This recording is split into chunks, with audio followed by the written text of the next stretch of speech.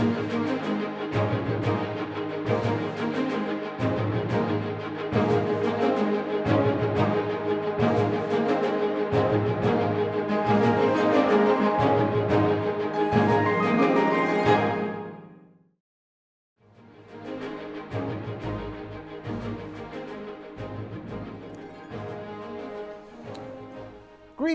and welcome to Cybersecurity Today. I'm your host, Jim Wiggins. If this is your first time tuning into our program, allow me a few moments to introduce what we're all about. So what exactly is Cybersecurity Today? Well, it's a show designed to explore the realm of computer security in an exciting and thoughtful way. Cybersecurity Today is a half-hour news broadcast utilizing a talk show format to break down the themes, topics, and current events in the cybersecurity industry. Our mission with this program is to dispel the murkiness and complexity often associated with the cybersecurity sector. For our viewers who are already active professionals in the field, this show will deliver a pulse on the current state of affairs. We feature a variety of esteemed guests to delve into topics that are important to those in the cybersecurity space. Our objective is to offer information to a diverse audience, from beginners to experts and everyone in between. You're sure to gain fresh insights from today's show. All right, let's set the stage and discuss the structure of the show. This will help you understand what's in store. Today's show is divided into two parts. Our first segment, known as Cyber Bites, covers several current events unfolding today in the cybersecurity sector. Some of these stories might be familiar, while others may be entirely new to you.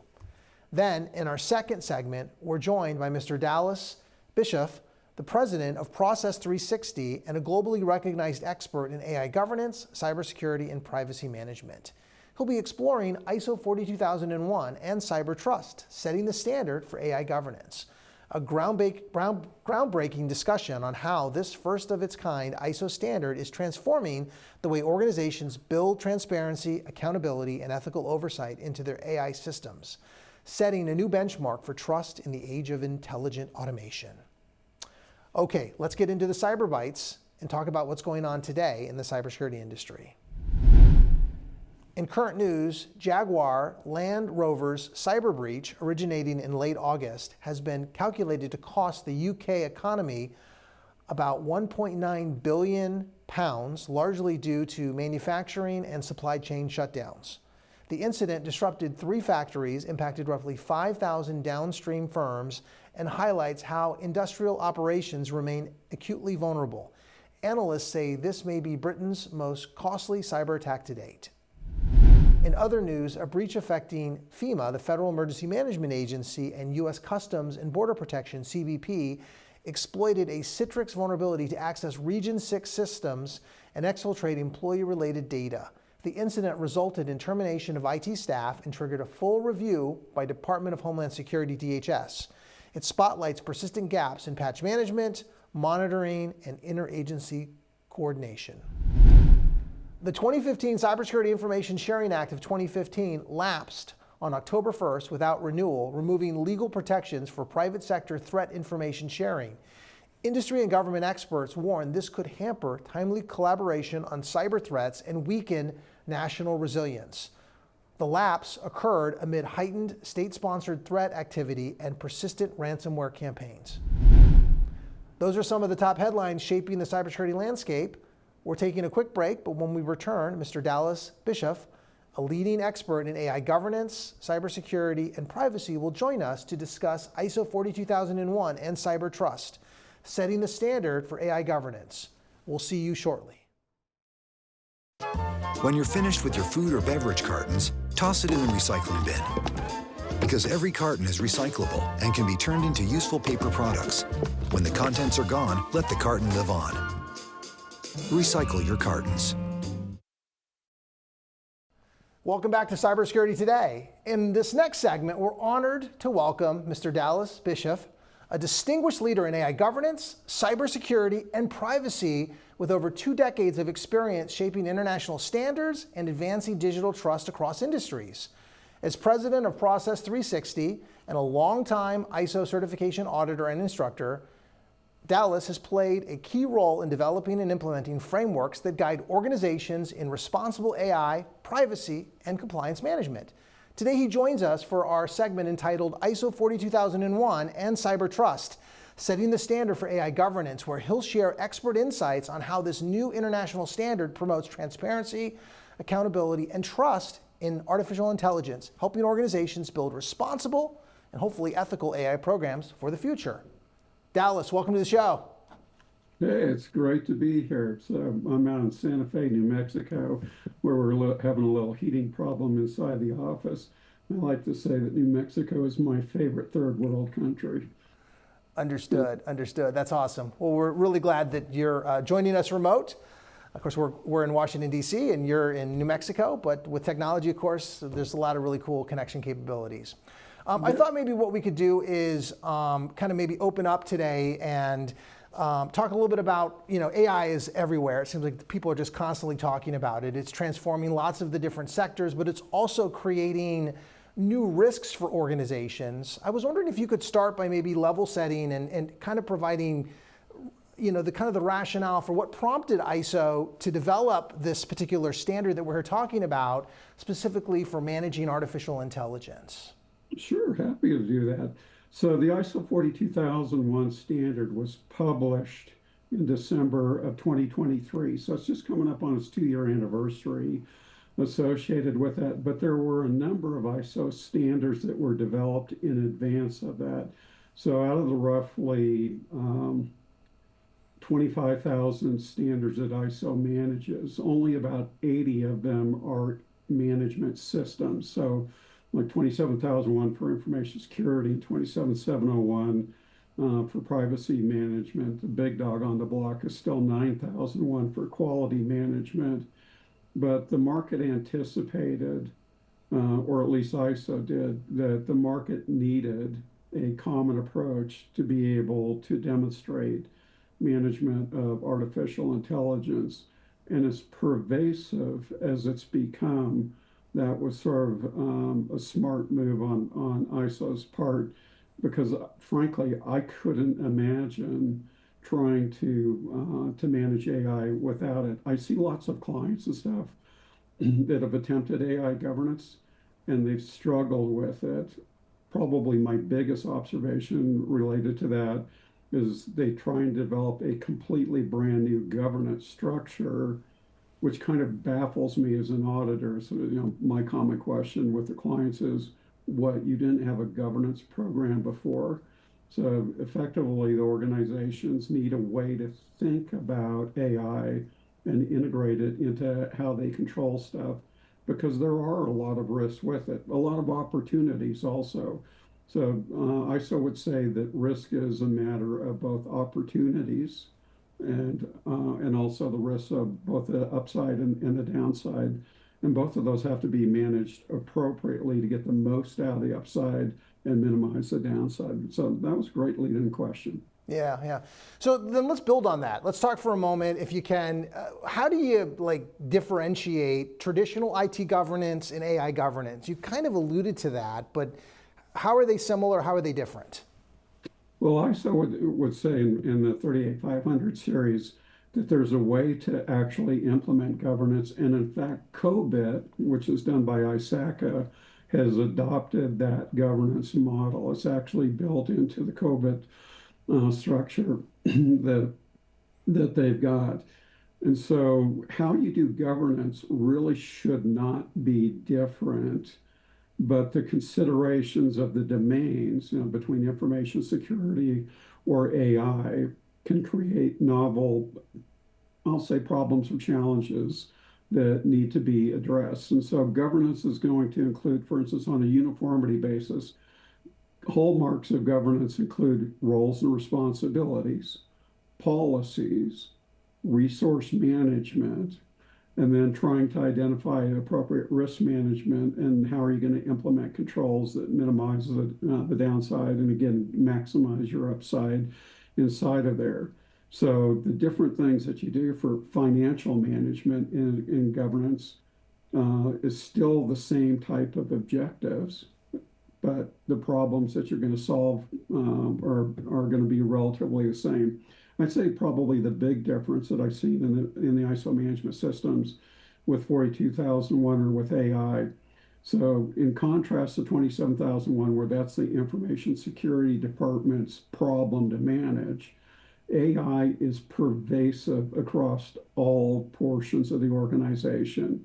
And so use case scenarios and risks of things like intellectual property or other considerations are different challenges that you have.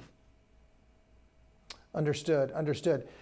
So we've kind of gotten ahead of ourselves on one aspect, and I just realized that listening to your explanation about COVID and governance. Could we maybe step back for a moment and just for viewers that might be unfamiliar with standards, how would you go about describing ISO 42001 in really just kind of simple terms?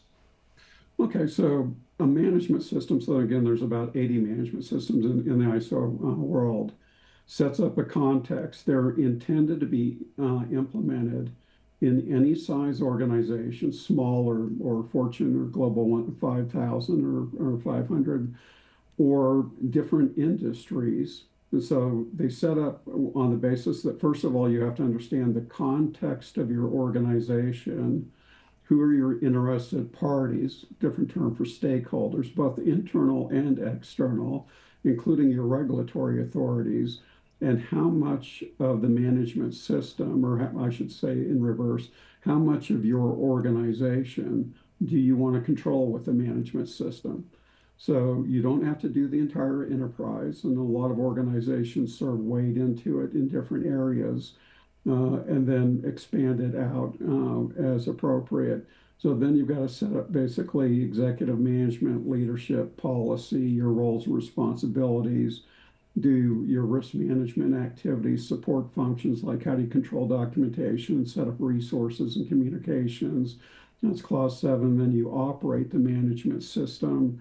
In clause 8, 9 is a check function. So all of the management systems function on the Deming model, which is a plan, do, check, act section. So in check, you've got basically how do you set KPIs and monitor the system? How do you do internal audits? How do you conduct management reviews?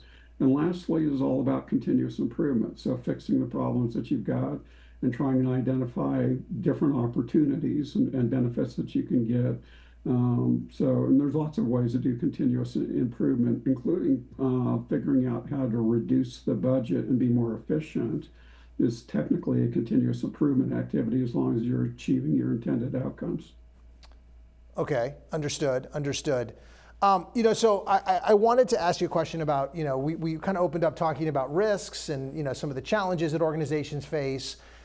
I know that, there is a complementary ISO document, ISO 23894.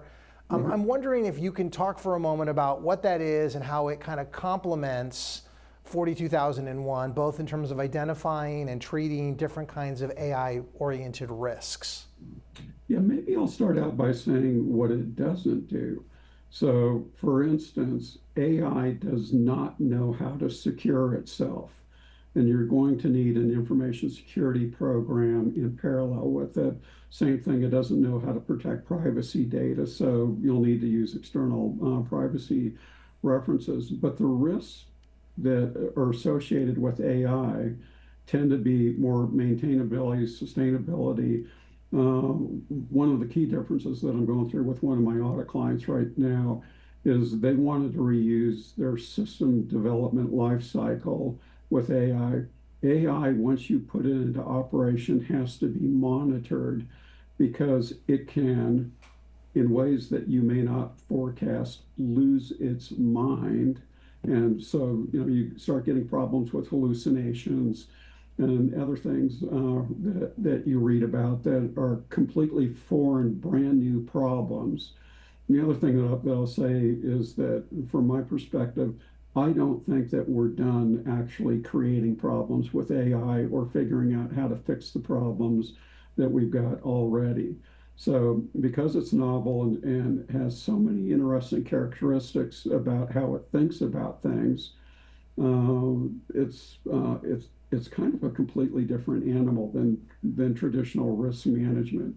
Like in information security, we think that we understand that really well, and we measure that against confidentiality, integrity, and availability. See, we have pretty well-defined criteria right now, roughly, there's like about 10 different things that, between maintainability and other considerations that we're looking at in risk management with AI. And that'll evolve and get better over time. But it's a lot like cloud computing right now in the early days. So as you know, I teach cloud security, and folks used to constantly ask me about, Dallas, you spend a lot of time with us. Do you think that cloud computing is secure? My answer generally has been no, but not for the reasons why people suspect. So I think AI right now looks a lot like cloud computing 10 years ago. It's a technology maturity problem, and we're not done figuring out what the problems are or the right approaches. So I Understood. hope that that's a useful insight there. Got it. Got it. Hey, so you talked about how ISO 42001 establishes a management system. A lot of organizations out there have other management systems. You alluded to ISO 27001 or ISO 9001. How does the 42001 integrate? Does it require organizations to build a whole separate management system, or is it meant to kind of integrate with what the organization might currently already do? Great question. So in 2012, ISO set up what is referred to inside of the organization as Annex SL, which is a common structure for management systems. And one of the key reasons why they published that standard, and all the management systems have to go through implementation off of that, is to ensure that they can be glued together.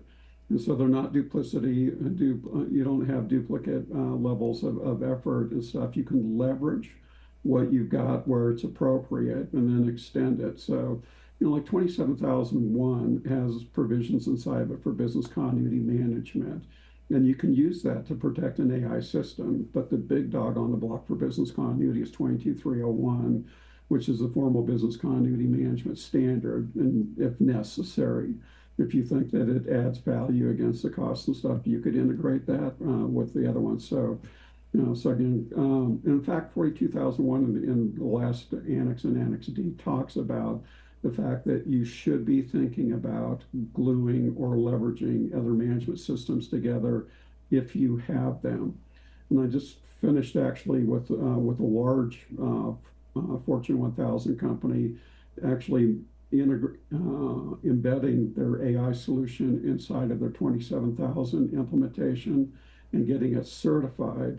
The next thing that they're going to do is add the 42001 standard, but they thought that the right path for them was to bring the AI system into their existing 27001 security program. Understood, understood. Okay, so another area that I wanted to kind of explore with you is the European Union, right? So obviously ISO is an international standard. We know that in the last couple of years, the European Union has released an act, the AI Act, that focuses on trying to regulate artificial intelligence. Can you explain for our audience how 42001 as a standard might align with the EU Act, the EU AI Act, its risk-based approach to AI regulation? Is it going to require a new update, do you think, that's going to have to occur with the standard, or was it designed really with the EU in mind, or at least being able to integrate? That's kind of a common question, and I'll say that the EU AI Act is controlled by a joint committee inside the EU and called Senelec, and their Committee 21 actually controls the EU AI Act stuff. They have adopted and use a number, but not all of the ISO standards where it's made sense for them. But here's the key differences. So in ISO 42001 and Clause 4.1 on context of the organization, you're required to understand your regulatory environment and be able to demonstrate that part of the management system ensures that you stay aligned with those obligations, because again, regulators are technically interested parties in your management system. But the key difference between 42001 as a management system against the EU AI Act, the AI Act is a product certification standard. So, and the company could have a variety of products that they certify to be compliant with the EUA Act inside there. The 42001 standard is intended as a management system to manage the domain of artificial intelligence, even if you are not subject to the EUAI Act. And for instance, in the US, there are other regulatory considerations. So Colorado and Texas and California and a number of states either have AI regulations at the state level or they're in the process of creating AI regulations. The federal domain has developed the determination under the Trump administration that they're going to provide guidance and push innovation over regulation. And that's kind of the current state of the marketplace. Got it. Understood. Hey, you did also previously talk earlier about the idea of ISO certification.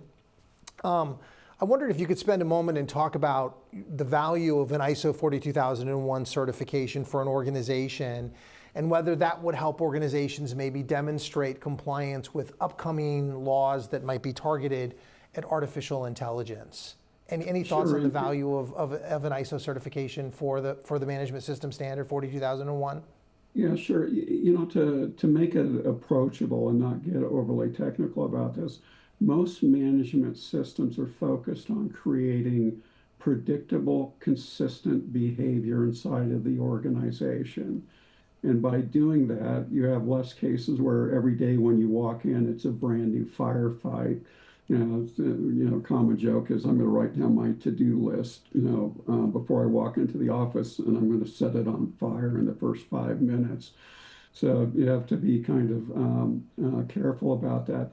But the funny thing that I've seen over the last couple of months is it's not the AI or the CIO or the data management staff that's pushing it, so not that there aren't advocates inside of those organizations. It's actually general counsel that's talking to the organization and telling them, we want you to go get 42001 certified. And the basis for that is basically the due care, due diligence defense in court actions. A number of companies have gotten in trouble. Anthropic, until they settled, was in a position that the ruling from the court set up the potential where it could completely have bankrupted the company well above $1.5 billion. And that was related to copyright infringement and other things. So because AI has the capability to create material harm, so I'll give you a couple of examples. Histories of AI being used for like insurance policy determinations where it translated into unfair bias or actually illegal discrimination. So Workday has a lawsuit that it's either been resolved through settlement or probably will be, that they've got an age discrimination case that's tied to the algorithm that AI was utilizing. So there's been a number of cases, like right now, let's see, as of today, there's 64 active AI copyright law cases that are actually occurring, predominantly inside of the United States. So it's very interesting to see general counsel driving it more than, I haven't really seen that with a lot of the other management systems in the past. And then there's issues about insurance policies with it. So the insurance industry is trying to figure out what will and will they not insure, and what would premium riders look like associated with that. Understood. Hey, so here in the Washington D.C. area, I'm sure in Santa Fe as well too, across most of the country, those of us that have been playing with AI, or at least in the cyber world, are familiar with the NIST AI RMF, or Risk Management Framework. That comes out of NIST, obviously. And I know that it tends to focus on trustworthiness. I'm wondering if you could, kind of draw some of the parallels or some of the similarities between what the NIST AI RMF does and what ISO 42001 as a management system standard does. Any thoughts on that? Yeah, so the right way to think about controls, which would include, for instance, processes. Processes are a form of control. You're trying to use controls to create predictable outcomes that would be acceptable to you in sort of a risk management context. So the NIST AI RMF has a collection of controls that they believe would serve an organization well.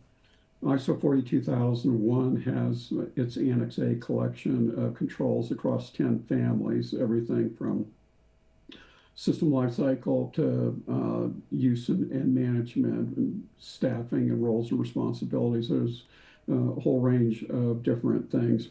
And then recently, something that's emerged that's gaining some traction inside the marketplace is a brand new Cloud Security Alliance AI control matrix, which is cross-mapped into both of the other two standards.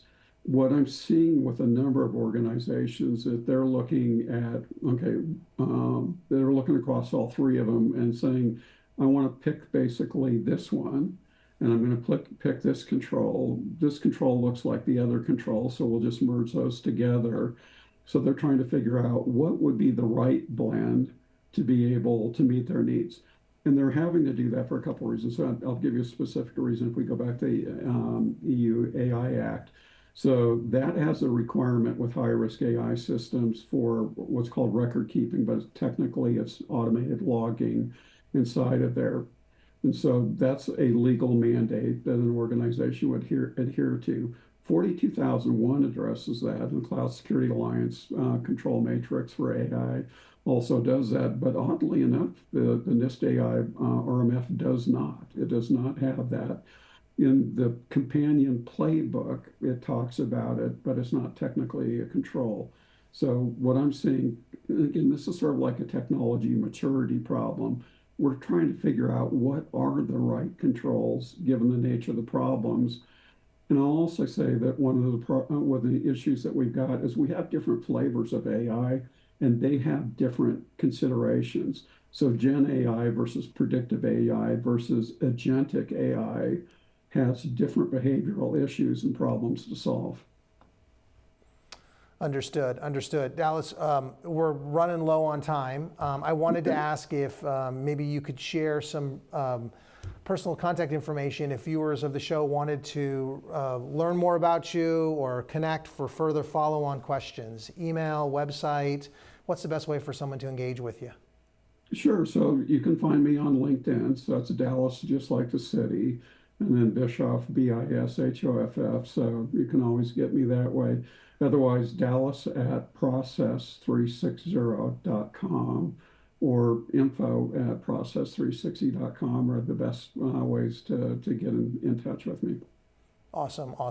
We'll put those as lower thirds on the screen and put a QR code so that people can be able to reach out to you. So Dallas, we're out of time. Thank you for joining us today and sharing your expert insights into AI governance and the role of ISO 42001 in building both trust as well as cyber trust. Yeah, certainly a question in vogue these days. Great to see you again, Jim. Absolutely. Thank you, sir. Right, bye now. All right, so that wraps up today's episode. For more information about cybersecurity today and future episodes, please visit our show's website at www.cybersecuritytoday.org. Additionally, you can scan the QR code displayed at the bottom of your screen for quick and easy access to our show's website. Finally, we welcome your questions or comments via email at contact@cybersecuritytoday.org.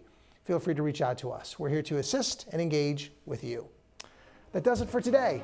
Thanks a lot for joining us. We look forward to seeing you at our next broadcast. Stay safe, stay informed. Have a great day.